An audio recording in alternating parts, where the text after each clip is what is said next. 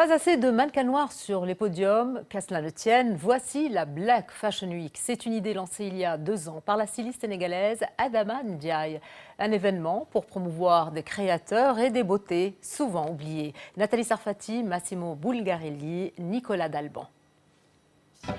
Alfadi du Niger, la Guadeloupéenne Eliette Superbe, Mam Fagay du Sénégal et Eli Kwame l'ivoiro-libanais. Ce sont quelques-uns des stylistes qui se sont donné rendez-vous à la Black Fashion Week dans la salle prestigieuse du pavillon Cambon à Paris. Accusée de communautarisme lors de la première édition en 2012, la Black Fashion Week revient en force.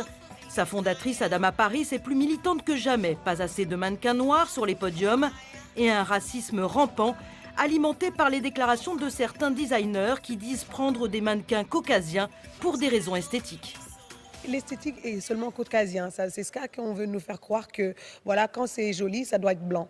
Et c'est incroyable et c'est même pas du tout à l'image de la France que je vis, moi. C'est pas à l'image de la France droit de l'homme et de la France terre d'accueil de tous ces Africains. Donc c'est complètement choquant. Et ce qui est choquant, c'est que ça choque personne. Du côté des stylistes, c'est l'aspect financier qui pêche. Créer, oui, mais vendre, c'est mieux. Ça doit évoluer pour que la diversité culturelle, la diaspora puisse s'y retrouver. Mais pour cela, il faut bien que les présidents, pour cela, il faut bien que des financiers qui viennent et qui mettent de l'argent sur le continent africain, dans le monde noir, doivent mettre de l'argent sur les créateurs africains. On crée, d'accord, mais qui va acheter ? Alfadi a joué le style épuré. Du coton blanc brodé, symbole de la paix, et des créations entièrement fabriquées au Niger. Beaucoup de dentelles cette année, chez Eliette, avec des modèles sexy et colorés. Chez Sophie Zinga, cette jeune styliste sénégalaise qui vit entre Dakar et New York, a choisi de travailler avec de la dentelle d'Alençon, teintée façon malienne, pour une mise en valeur des couleurs.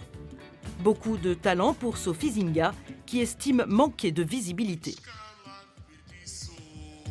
C'est pas tous les jours qu'on a l'occasion d'être sur un grand podium en France ou bien à New York ou à Milan. Donc c'est pas du tout facile, mais on fait avec et on fonce et on baisse pas les bras. Au total, 16 créateurs ont répondu à l'appel de la Black Fashion Week qui a une fois de plus révélé les richesses et la diversité de la mode noire.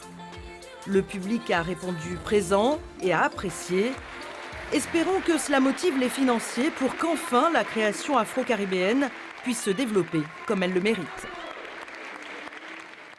C'est tout pour aujourd'hui. Merci de votre attention. Retrouvez l'information sur France.o avec les journaux de l'Outre-mer à 8h20, 12h30 et 19h40. Pour l'actualité africaine, Info Afrique, c'est tous les soirs dès 20h en ligne sur notre page Dailymotion puis sur franceau.fr. Bonne soirée, à demain.